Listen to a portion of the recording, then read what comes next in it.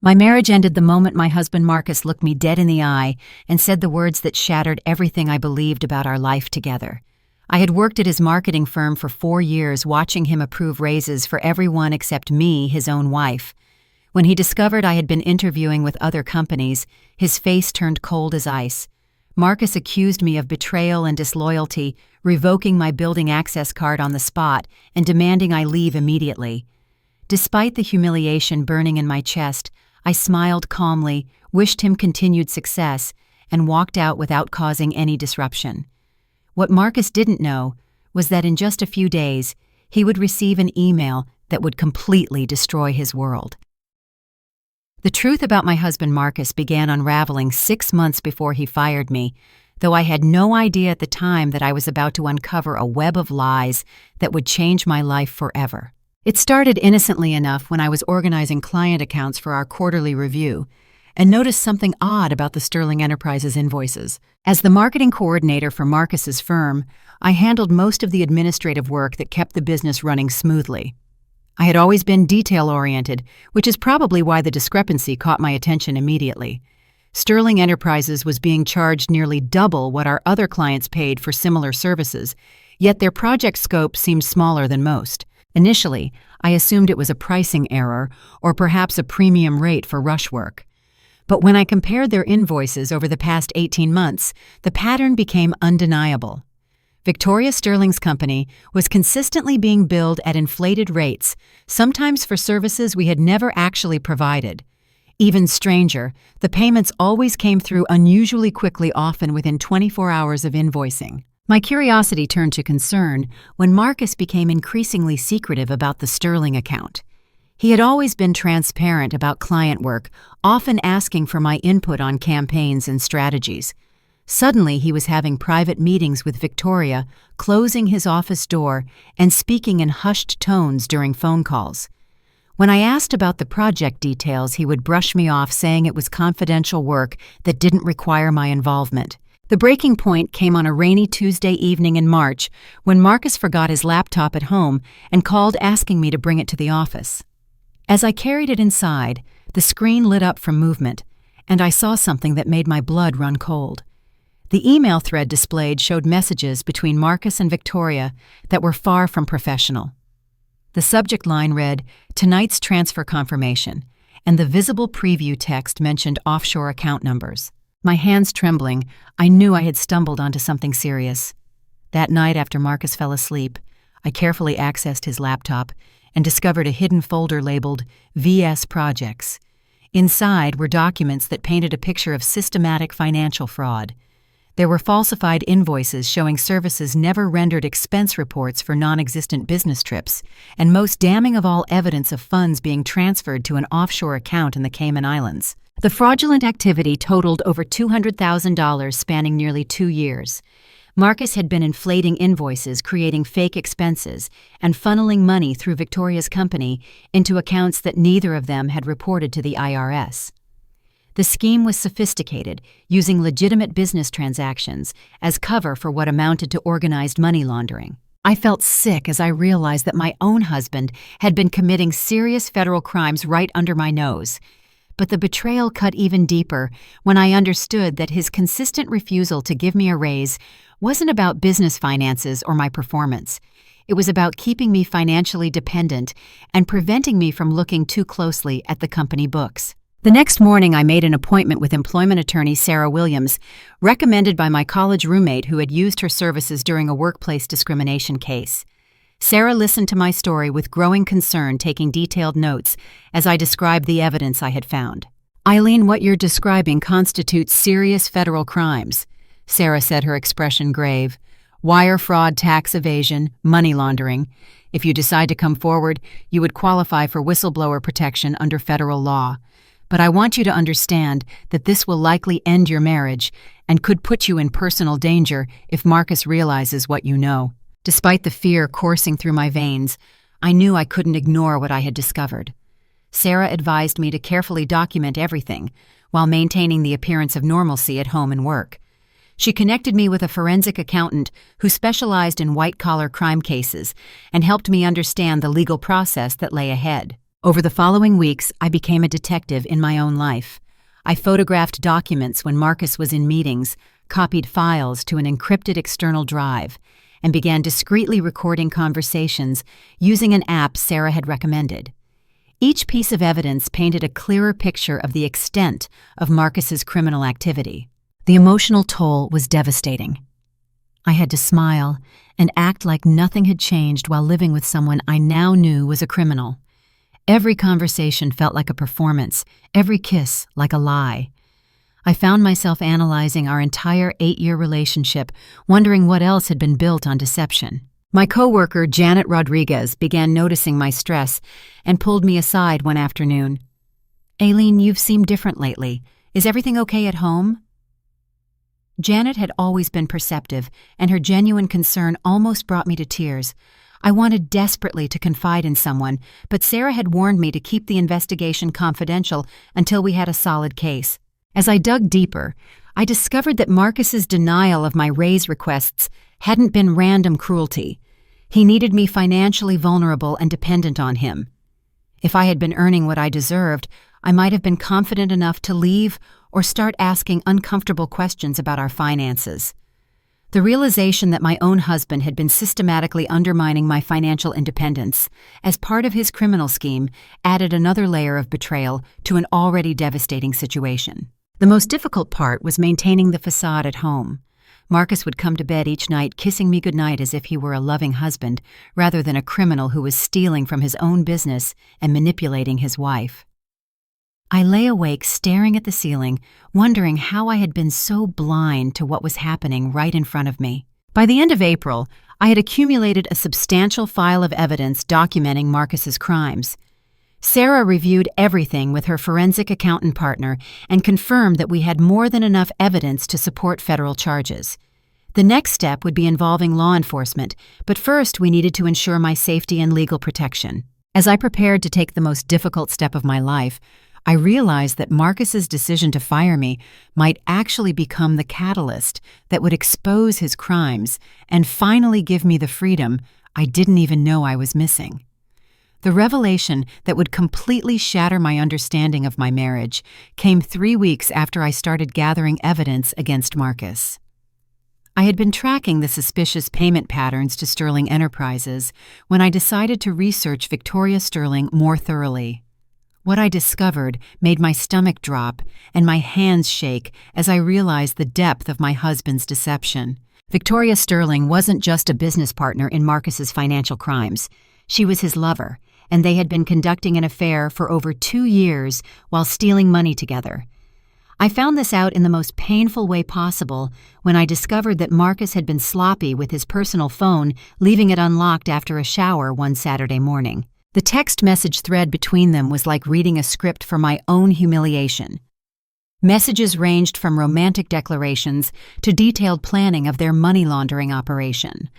Victoria called Marcus "darling" and "my brilliant partner" while discussing how to move funds without detection. They had pet names for each other, inside jokes, and a level of intimacy that made me realize their relationship was far deeper than just criminal conspiracy. The messages revealed that their romantic weekends weren't business trips, as Marcus had told me, but getaways to luxury hotels in other states where they celebrated their successful theft and planned their future together. One particularly devastating text from Victoria read, "When we have enough money saved, we can disappear to somewhere beautiful and never worry about anyone again. Your wife will never suspect anything until we're long gone." I sat on our bathroom floor, clutching his phone and sobbing silently as I read message after message, detailing how they laughed about my ignorance. They joked about how trusting I was, how easy it had been to steal money right under my nose, and how Marcus had been able to keep me financially dependent and clueless about their operation. Scrolling further back, I discovered that Victoria Sterling was facing bankruptcy when she first approached Marcus about their scheme. Her real background revealed a woman drowning in debt from a failed previous business, looking for any way to avoid financial ruin. Marcus had seen an opportunity to help her while enriching himself, and somewhere along the way their professional relationship had become personal. The worst part was learning that their plan had always included destroying my life. Marcus had been telling Victoria for months that he intended to divorce me once they had enough money saved. He complained about being tied down by marriage and spoke about me as if I were an obstacle to their happiness rather than a person he had promised to love and honor. One text thread from Victoria showed her growing impatience with their timeline. "When are you going to leave her, Marcus? I'm tired of being your secret. She's holding you back from everything we could accomplish together." His response was like a knife to my heart. "Soon, baby. Once we move the rest of the money offshore, I'll file for divorce. She won't get anything because she doesn't know anything. By the time the paperwork is finalized, we'll be living our dream life somewhere she'll never find us." I realized that Marcus's recent late nights hadn't been about working overtime to build our future together as he claimed. Instead, he had been meeting Victoria at expensive restaurants, staying in hotels, and living a double life while I sat at home like a fool, trusting every lie he told me. The business dinners I had graciously understood were actually romantic dates with the woman who was helping him steal from his own company. Researching Victoria's background further revealed even more disturbing information. Victoria Kowalski was her real name, and she had been involved in questionable business practices in 2 other states before moving to our area and rebranding herself as Victoria Sterling. She had a pattern of targeting small business owners, gaining their trust, and then manipulating them into financial schemes that left them holding the legal liability while she disappeared with the money. But Marcus wasn't an innocent victim in her web of deception. He had enthusiastically embraced her criminal mindset and added his own innovations to their money laundering operation. Together, they had created false business expenses, fictional consulting fees, and elaborate accounting tricks that funneled money away from legitimate business operations into their personal accounts. The discovery of their romantic relationship explained so many things that had been bothering me about Marcus's behavior over the past 2 years. His decreased interest in physical intimacy with me, his sudden criticism of my appearance and intelligence, his growing impatience with our life together. He had been comparing me to Victoria and finding me lacking because he was already emotionally involved with another woman. When I called my sister Emma to talk through my emotions, I couldn't even find words to explain the magnitude of the betrayal. Emma had never liked Marcus, often saying he treated me more like an employee than a wife, but even she was shocked by the scope of his deception. "Eileen, this isn't just about money or even cheating," Emma said during our 3-hour phone conversation that night. "This is about someone who has been systematically destroying your life while pretending to love you. He's not just a criminal, he's a predator who has been using your trust against you for years." Her words helped me understand that what Marcus had done wasn't a mistake or a moment of weakness. It was a calculated long-term plan to use me while building a new life with someone else. The raised denials, the financial control, the emotional manipulation had all been tools to keep me trapped while he prepared his escape. I spent that entire weekend researching legal precedents for financial fraud cases and learning about the criminal penalties Marcus and Victoria were facing. Federal money laundering charges could result in up to 20 years in prison, and the tax evasion would add additional time to any sentence.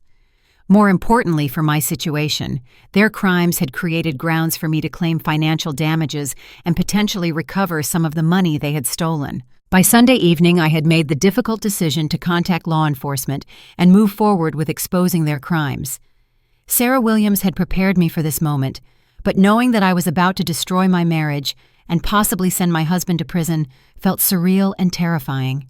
As I watched Marcus sleep peacefully beside me that night, completely unaware that his world was about to collapse, I felt a mixture of sadness for the life I had thought we shared and determination to make sure he faced consequences for his choices. The man I had married was either gone forever or had never existed at all. Either way, it was time for the truth to come out. The call that changed everything came on a Wednesday morning in early May when Detective Ray Thompson from the Financial Crimes Unit contacted me after reviewing the evidence Sarah Williams had submitted to law enforcement. What he told me during our first meeting made me realize that Marcus and Victoria's scheme was far worse than I had imagined, and their plan to escape justice was already in motion.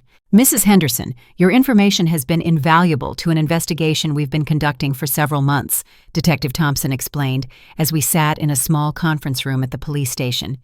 "Victoria Kowalski has been on our radar since she arrived in the state. She's wanted in connection with similar financial crimes in Oregon, Nevada, and Texas. What we didn't know was that she had found a local partner to help her expand her operation. My hands began to shake as Detective Thompson spread out a timeline showing Victoria's criminal history across multiple states. Each location showed the same pattern. She would target a small business owner, usually someone with family responsibilities who couldn't afford to lose their livelihood, and gradually convince them to participate in increasingly complex financial schemes. When the heat got too intense, she would disappear with the money, leaving her partners to face criminal charges alone. The concerning development is that we have intelligence suggesting Kowalski and your husband are planning to leave the country within the next few weeks. Detective Thompson continued pulling out travel documents that made my blood run cold. They've booked flights to Costa Rica under false identities, and our banking sources indicate they've been liquidating assets and transferring funds to offshore accounts at an accelerated pace. The detective showed me evidence that Marcus and Victoria had already moved over $800,000 out of the business accounts and into untraceable offshore holdings. They had been liquidating company assets, cashing out investment accounts, and even taking cash advances on credit cards to fund their escape. Most shocking of all, they had forged my signature on several loan applications using our house as collateral to borrow additional money they planned to steal. "We need your help to stop them before they flee," Detective Thompson explained. "Would you be willing to cooperate with an FBI investigation agent, Diana Foster, from the Financial Crimes Division, would like to meet with you about wearing a recording device and gathering additional evidence of their plans?" The thought of deliberately deceiving Marcus while wearing a wire terrified me, but I knew it was the only way to ensure that justice was served. I agreed to meet with Agent Foster, who turned out to be a compassionate woman in her 40s who specialized in cases involving financial fraud and domestic manipulation. Agent Foster explained that the FBI had been building a case against Victoria for months, tracking her movements and financial activity across state lines. My evidence had provided the missing pieces they needed to understand her current operation and identify Marcus as her primary accomplice. What makes this case particularly serious is the interstate nature of the crimes and the sophisticated money laundering techniques they've employed, Agent Foster told me. "We're looking at federal charges that could result in 15 to 25 years in prison for both of them, but we need solid evidence of their intent to flee and additional proof of the money laundering operation." Over the next week, Agent Foster coached me on how to conduct conversations that would elicit incriminating admissions from Marcus without arousing his suspicion. The plan was for me to approach him with what appeared to be financial concerns about our future, hoping he would reveal details about their escape plans or the hidden money. The most difficult part was learning to act normally at home while knowing that federal agents were planning to arrest my husband within days. Marcus continued his routine of coming home late, claiming he was working on a big project deadline, while I now knew he was actually meeting with Victoria to finalize their plans to abandon me and flee the country. During this period, I discovered even more evidence of Marcus's deception when I found documents showing he had been using my identity to open credit cards and take cash advances without my knowledge. My credit report revealed thousands of dollars in debt I had never authorized, all of which had been used to fund his criminal activities and personal expenses with Victoria. The emotional impact of realizing that Marcus had stolen my identity, along with everything else, was devastating. He hadn't just betrayed me as a husband, he had financially destroyed me as part of his escape plan. If I hadn't discovered his crimes, I would have been left with massive debt, a foreclosed house, and no knowledge of why my financial life had imploded. The breakthrough came during a recorded conversation when I confronted Marcus about some irregularities I claimed to have noticed in our personal finances. Instead of being defensive or evasive, Marcus became condescending and threatening, apparently deciding it was time to let me know exactly how little power I had in the situation. "Eileen, you've never understood business or money, which is why I've always handled our finances," Marcus said, his voice taking on a cold tone I had never heard before. "If you start asking questions or causing problems, you'll find yourself in a very difficult position. I've made sure of that." When I pressed him about what he meant, Marcus revealed that he had been documenting fake performance issues with my work, creating a paper trail that would justify firing me for cause and deny me unemployment benefits. He had also been telling other employees that I was mentally unstable and unreliable, poisoning my professional reputation to ensure I couldn't find other work easily. "You're completely dependent on me whether you realize it or not," Marcus continued, apparently enjoying the opportunity to finally be honest about his manipulation. "Without this job and without me, you have nothing. So I suggest you focus on being grateful for what you have instead of asking questions about things you don't understand." The recording captured Marcus's threats and his admission that he had been deliberately sabotaging my career and financial independence. More importantly, it revealed his mindset of control and manipulation that would be crucial evidence in the FBI's case against him. 2 days later, Agent Foster called with news that made my heart race. "We've intercepted communications indicating they plan to flee this weekend. Marcus and Victoria have confirmed flights Saturday evening, and they're planning to close out the remaining accounts Friday afternoon. We need to move now." The plan was for federal agents to arrest them at the airport before their flight, catching them with the evidence of their intent to flee and access to the stolen money. But first, I had one more crucial role to play. Agent Foster needed me to keep Marcus home Friday evening by creating a family emergency that would delay his departure without making him suspicious. As I prepared for the final phase of the investigation that would end my marriage and send my husband to prison, I realized that the woman who had walked into Marcus's office months ago, searching for financial documents, was gone forever. In her place was someone stronger, more aware and determined never to let anyone use her trust as a weapon against her again. The trap was set, and by Saturday morning the truth about Marcus and Victoria's crimes would finally be exposed to the world. The moment Marcus discovered my investigation was a Friday evening in late May, when I made the mistake of leaving Agent Foster's business card in my purse while running to answer our landline. I returned to the living room to find Marcus holding the card, his face pale and his hands trembling with rage. "Federal Bureau of Investigation, Financial Crimes Division." Marcus read aloud, his voice growing louder and more menacing with each word. "Agent Diana Foster, what the hell is this, Eileen?" My heart hammered against my chest as I realized our entire plan had just collapsed in an instant. Marcus was supposed to be arrested at the airport tomorrow evening, but now he knew about the federal investigation with enough time to potentially escape or destroy evidence. "I can explain," I started, but Marcus cut me off by hurling the business card across the room and advancing toward me with a look of pure fury I had never seen before. "You've been working with the FBI against me," he snarled, grabbing my shoulders and shaking me. "My own wife has been spying on me and recording our conversations. Do you have any idea what you've done?" For the first time in our marriage, I genuinely feared for my physical safety as Marcus's grip tightened and his face contorted with rage. But instead of cowering like the old Eileen would have done, I stood straighter and looked him directly in the eyes. "I know exactly what I've done, Marcus.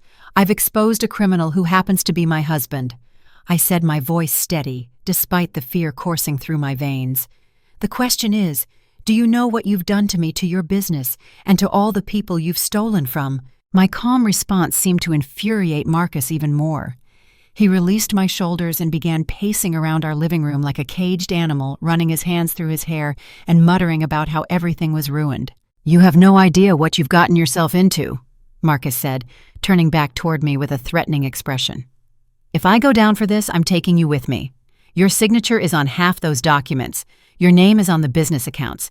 Do you think the FBI is going to believe you had nothing to do with this?" I reached into my purse and pulled out a folded document, watching Marcus's expression change as I handed it to him. It was a restraining order I had obtained that morning along with legal paperwork showing that I had already moved our legitimate assets into a protected account and secured legal representation independent of his potential claims against me. "Actually, Marcus, I think the FBI will believe me because I've been working with them for weeks to document your crimes," I replied, feeling a surge of power I had never experienced before. "I have recordings of you admitting to financial fraud, evidence of your affair with Victoria, and documentation of how you've been using my identity to commit additional crimes without my knowledge." Marcus's face went white as he processed what I was telling him. He stumbled backward and collapsed into his leather recliner, the chair that had always been his throne in our house, where he made pronouncements about money and decisions while I listened obediently. "You recorded me," he said quietly, the fight seeming to drain out of him as the full scope of his legal jeopardy became clear. In our own home. You've been planning this for months. I've been protecting myself from someone who has been systematically destroying my life while pretending to love me," I corrected. "The Marcus I married either never existed or disappeared a long time ago. The man sitting in that chair is a stranger who stole my husband's face." The sound of car doors closing in our driveway made both of us turn toward the front windows. Marcus's face showed pure panic as he realized that law enforcement had arrived, while I felt a mixture of relief and sadness that this nightmare was finally ending. "They're here for you, Marcus," I said softly. "Agent Foster told me they would come tonight once they knew you were aware of the investigation. Your flight to Costa Rica tomorrow was never going to happen." Marcus looked at me with something between hatred and desperation. "Aileen, we can fix this. Victoria convinced me to do things I never would have done on my own. She manipulated me just like she's manipulated other men in other states. If you tell the FBI that I was her victim too, maybe we can work something out." The pathetic attempt to shift blame onto Victoria while simultaneously trying to save himself showed me that Marcus still didn't understand the depth of his betrayal. He was thinking like a criminal trying to minimize his sentence rather than a husband who had destroyed his wife's life. "Marcus, I've heard your conversations with Victoria.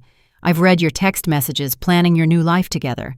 I know about the offshore accounts, the forged documents, and your plans to leave me with nothing while you disappeared with your lover," I said, my voice growing stronger with each word. "You weren't Victoria's victim. You were her eager partner and my manipulator." The doorbell rang, followed immediately by loud knocking and voices identifying themselves as federal agents. Marcus looked toward the door, then back at me, his expression cycling between rage, fear, and what might have been genuine remorse. "I never meant for it to go this far," he said quietly. "It started small, just helping Victoria with some cash flow problems. When we got involved personally, everything spiraled out of control. I know that doesn't excuse what I did to you, but I want you to know that I did love you once." As federal agents entered our house with their warrant, I realized that Marcus's admission was both too little and too late. The man who had loved me was gone, replaced by someone who had chosen money and another woman over everything we had built together. Agent Foster appeared in our living room with several other officers, her expression professional but sympathetic as she made eye contact with me. "Mrs. Henderson, are you safe? Do you need medical attention?" "I'm fine," I answered, stepping away from Marcus as the agents moved to arrest him. "He knows about the investigation, but I don't think he's had time to destroy any evidence or contact Victoria." As Marcus was read his rights and led away in handcuffs, he turned back toward me one final time. "Aileen, I'm sorry for all of it. I hope someday you can forgive me." But forgiveness was the furthest thing from my mind as I watched the man who had been my husband for 8 years being taken away to face federal charges for crimes against his own business, his own wife, and his own community.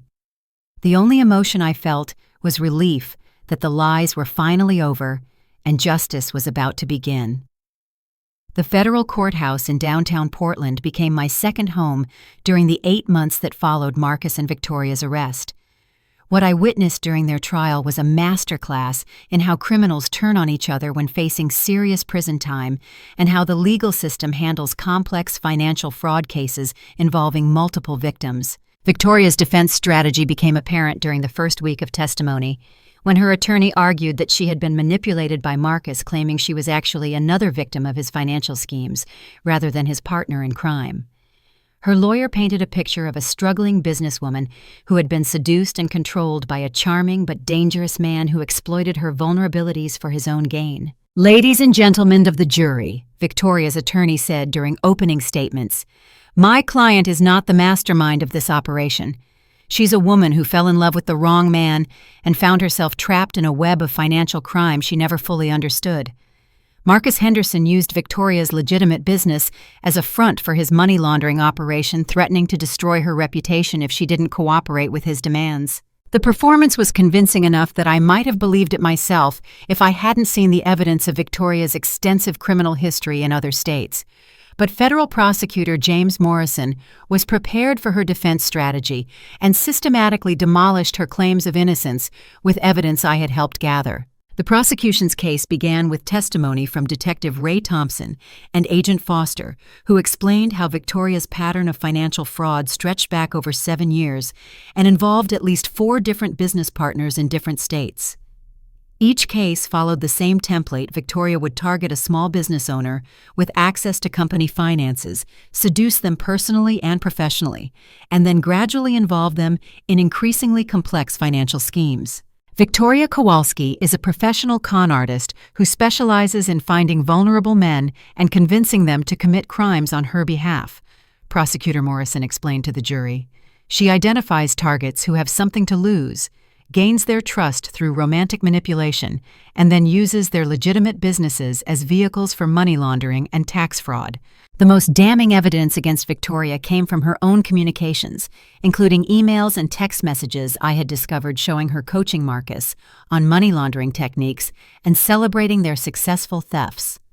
One particularly devastating text thread showed Victoria instructing Marcus on how to forge business documents and avoid creating paper trails that could be traced by law enforcement. Even more revealing were recordings of conversations where Victoria discussed her previous schemes and bragged about how easy it was to manipulate men into committing crimes. The key is making them feel like they're the smart ones while you guide them exactly where you want them to go, Victoria was heard saying in one recorded conversation. Men like Marcus think they're in control, but they're just tools for getting what I need. When Victoria took the stand in her own defense, her attempt to portray herself as Marcus's victim fell apart under cross-examination. Prosecutor Morrison walked her through her criminal history, her sophisticated knowledge of money laundering techniques, and the communications showing her leadership role in planning their crimes. Ms. Kowalski, this text message shows you telling Marcus exactly how to structure false invoices to avoid triggering banking reports. Does this sound like the behavior of someone who is being controlled and manipulated? Morrison asked, displaying the evidence on screens throughout the courtroom. Victoria's response was weak and defensive, claiming she had only been repeating information Marcus had told her without understanding its illegal implications.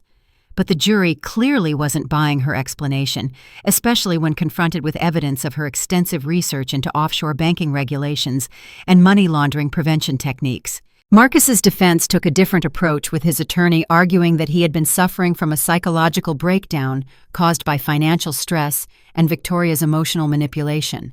They claimed that Marcus had never intended to commit crimes, but had been gradually drawn into illegal activity by a woman who exploited his vulnerabilities during a difficult period in his life. Marcus Henderson is not a criminal mastermind, his attorney argued. He's a small business owner who made terrible decisions while under the influence of a woman who has made a career of destroying men's lives for financial gain. My client accepts responsibility for his actions, but the court should consider the psychological manipulation he endured while involved with Ms. Kowalski. The strategy might have been more effective if not for the evidence showing Marcus's enthusiastic participation in their crimes and his detailed planning for their escape to Costa Rica.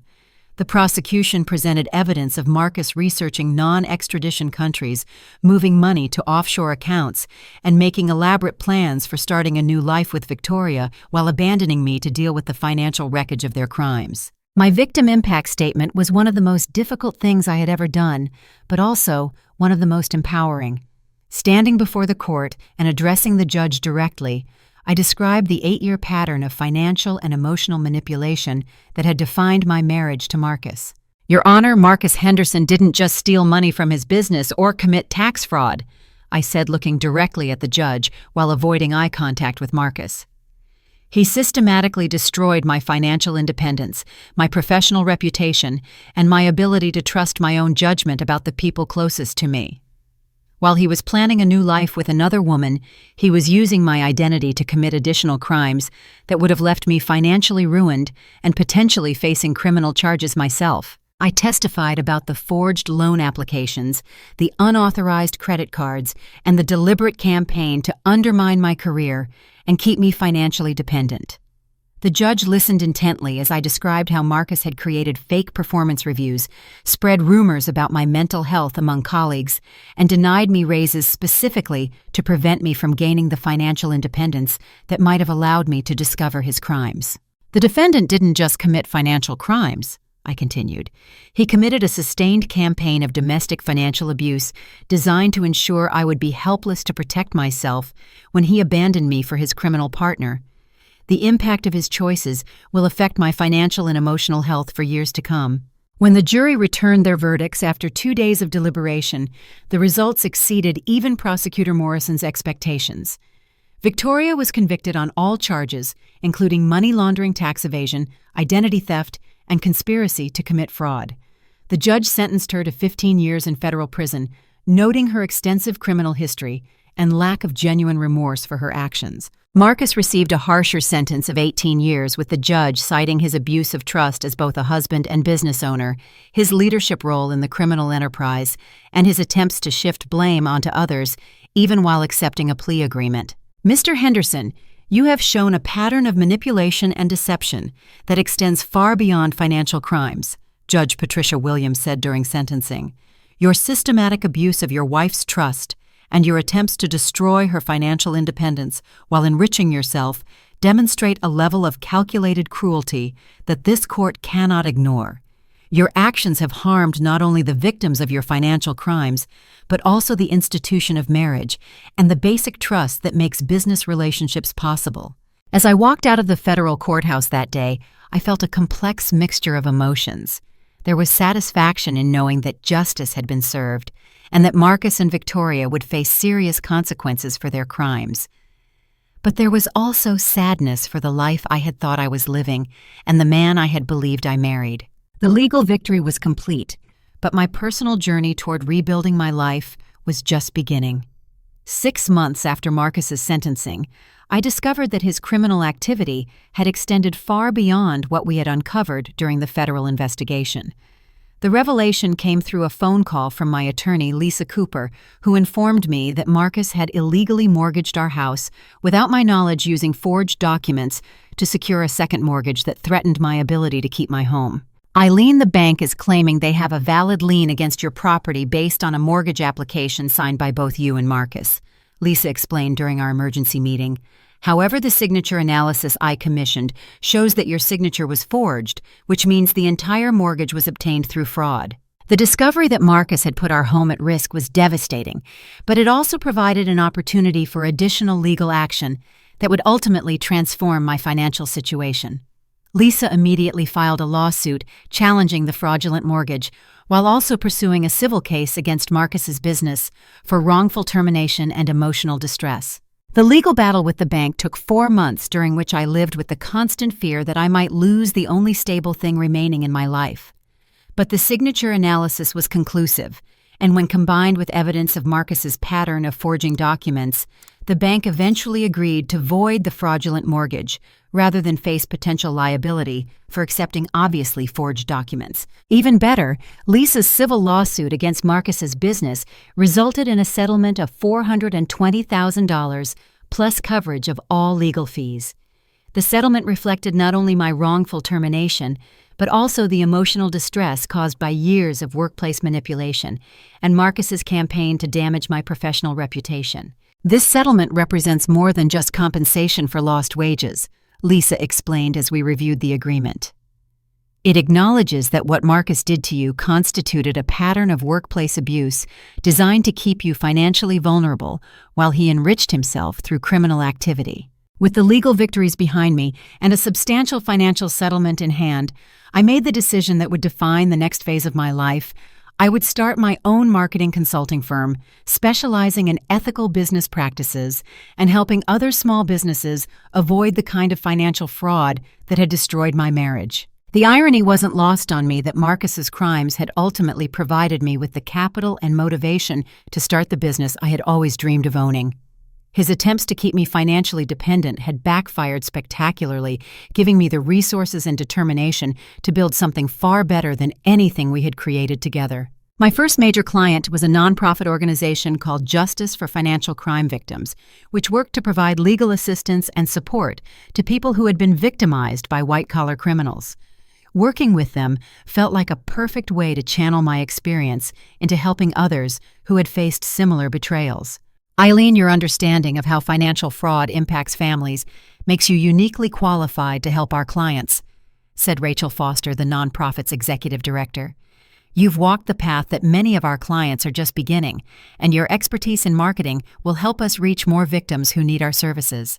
Building my consulting firm was challenging but incredibly rewarding. I hired 3 other women who had faced various forms of workplace discrimination and financial manipulation, creating a team that understood firsthand how important it was to build businesses based on integrity and mutual respect. My former colleague, Janet Rodriguez, was my first hire, bringing her exceptional organizational skills and her own experience dealing with workplace toxicity.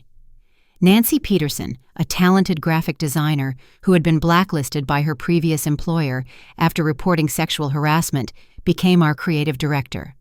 Sarah Kim, a financial analyst who had been fired after discovering her boss's embezzlement scheme, joined as our operations manager. Together, we built a company culture that prioritized transparency, fair compensation, and ethical decision-making in every aspect of our work. Each team member knew exactly what everyone else was earning, all business decisions were made collaboratively, and we established policies ensuring that no one person could control finances or make unilateral decisions that would impact the others. Within 18 months, our consulting firm had grown to employ 12 people and had developed a reputation throughout the region for helping businesses implement ethical practices while achieving strong financial performance.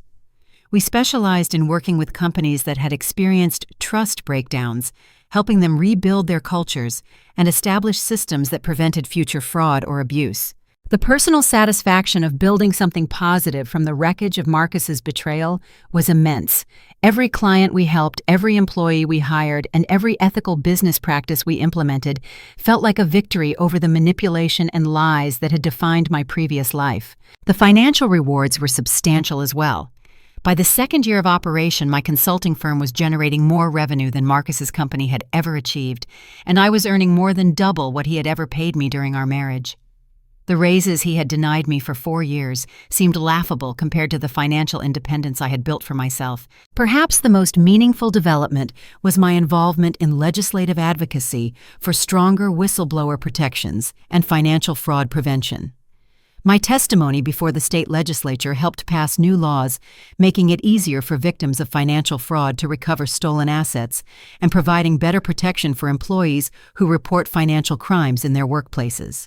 Mrs. Henderson's experience demonstrates why we need stronger legal protections for people who discover financial crimes in their personal and professional relationships, said State Representative Jennifer Walsh during legislative hearings.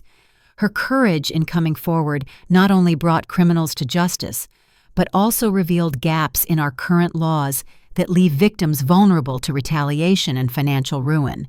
When I purchased Marcus's share of our house at the foreclosure auction for a fraction of its actual value, I felt a sense of poetic justice that brought closure to that chapter of my life.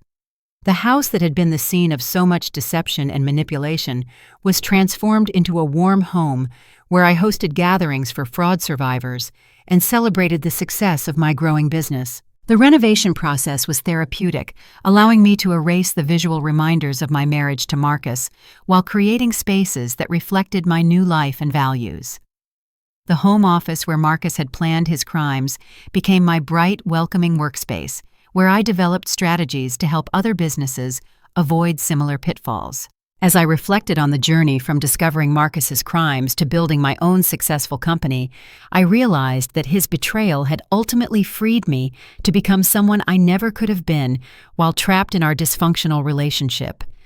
The woman who had accepted years of manipulation and financial control was gone, replaced by someone who understood her own worth and refused to settle for anything less than complete honesty and respect. The rebuild wasn't just about starting a business or buying a house.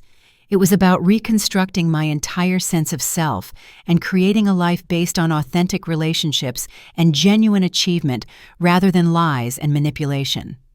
Standing at the podium of the National Small Business Conference 2 years after Marcus's arrest, I looked out at an audience of 300 business owners and entrepreneurs who had come to hear me speak about ethical leadership and fraud prevention.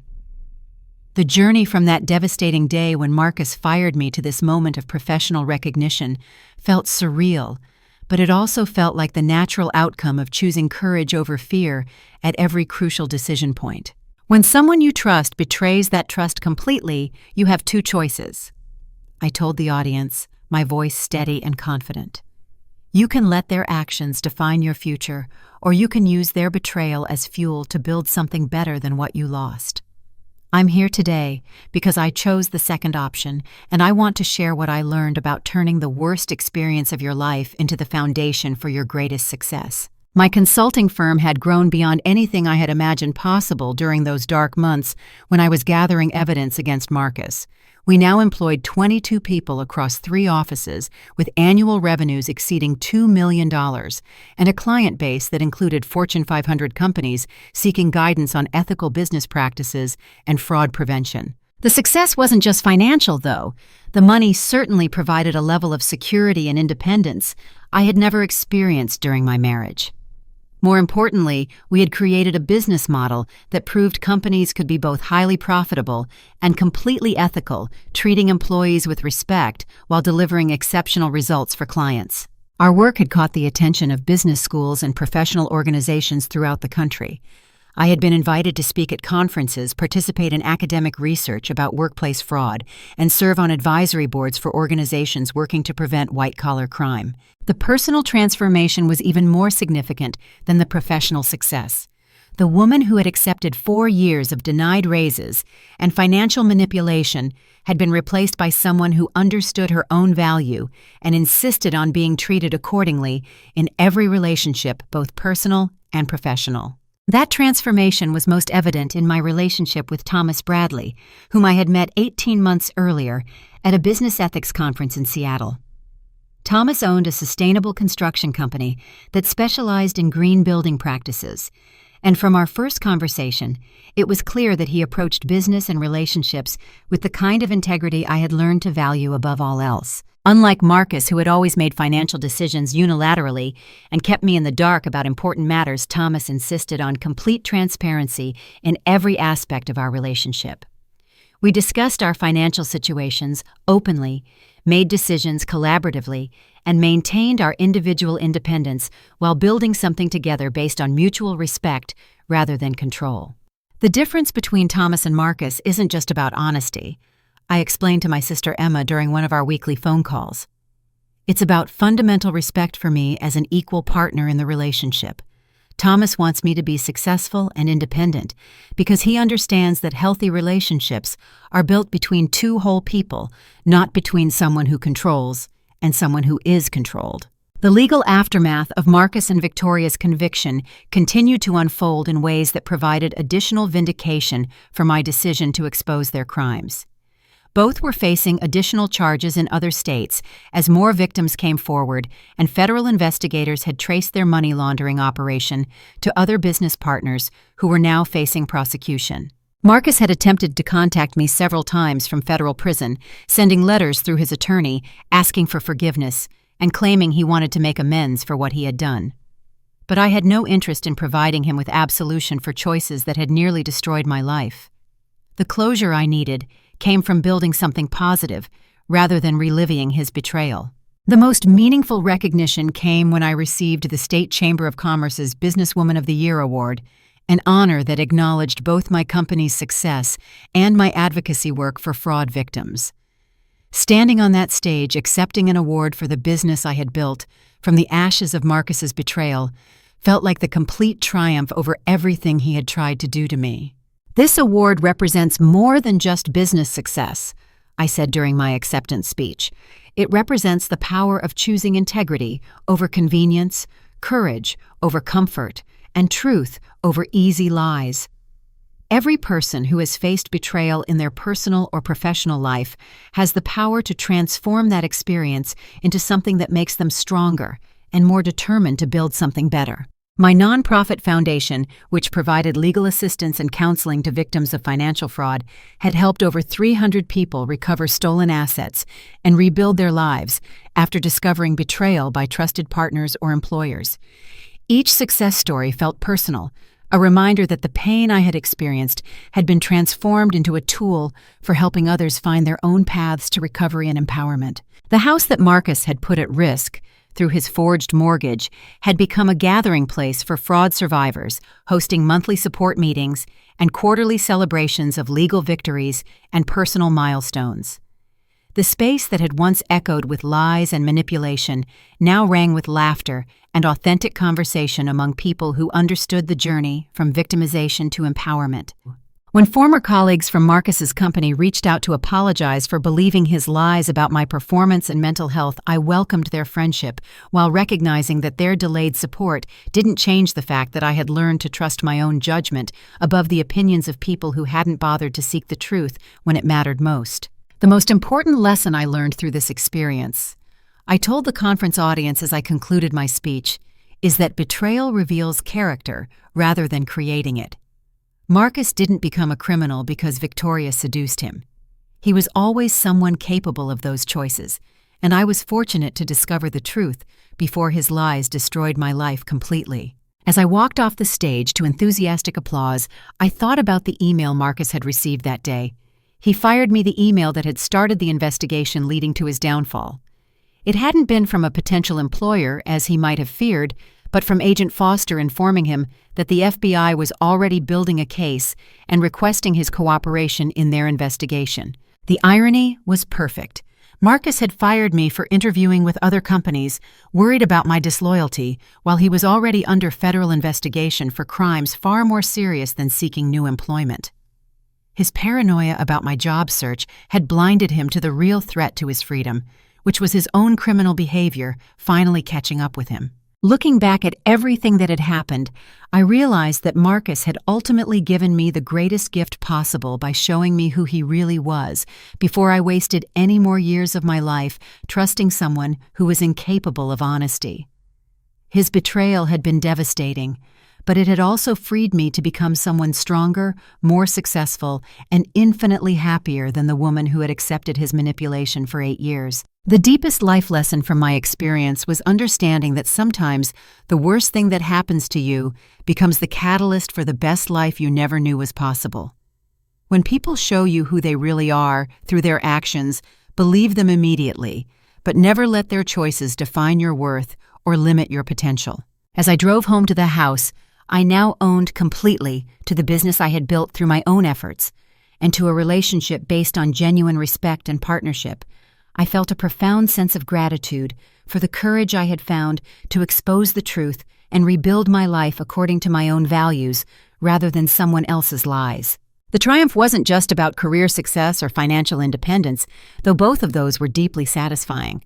The real victory was becoming someone who would never again accept manipulation disguised as love control, disguised as protection, or lies disguised as partnership. Marcus and Victoria were serving their federal sentences, facing additional charges in multiple states, and dealing with the consequences of choices that had seemed so clever when they were planning their escape to Costa Rica. Meanwhile, I was living a life of authentic success, genuine relationships, and meaningful work that turned my painful experience into a tool for helping others find their own paths to justice and healing. The transformation from victim to victor had been complete, and every day brought new opportunities to prove that integrity, courage, and hard work would always triumph over manipulation, deception, and fraud. I hope my story has inspired anyone facing betrayal or manipulation to remember that you have more strength than you realize and more options than your betrayer wants you to believe. Have you ever discovered that someone you trusted was deliberately undermining your success or independence? Share your experience in the comments below, and let others know they're not alone in facing these challenges. If this story resonated with you, please give it a like to help others find hope in their own difficult situations. Subscribe for more stories about overcoming betrayal and building authentic success, and share this with anyone who might need to hear that their current situation doesn't define their future possibilities. Thank you for listening to my journey, and remember that your worth isn't determined by how others treat you, but by how you choose to respond when life tests your courage and integrity. The best chapters of your life are often written after the worst ones end.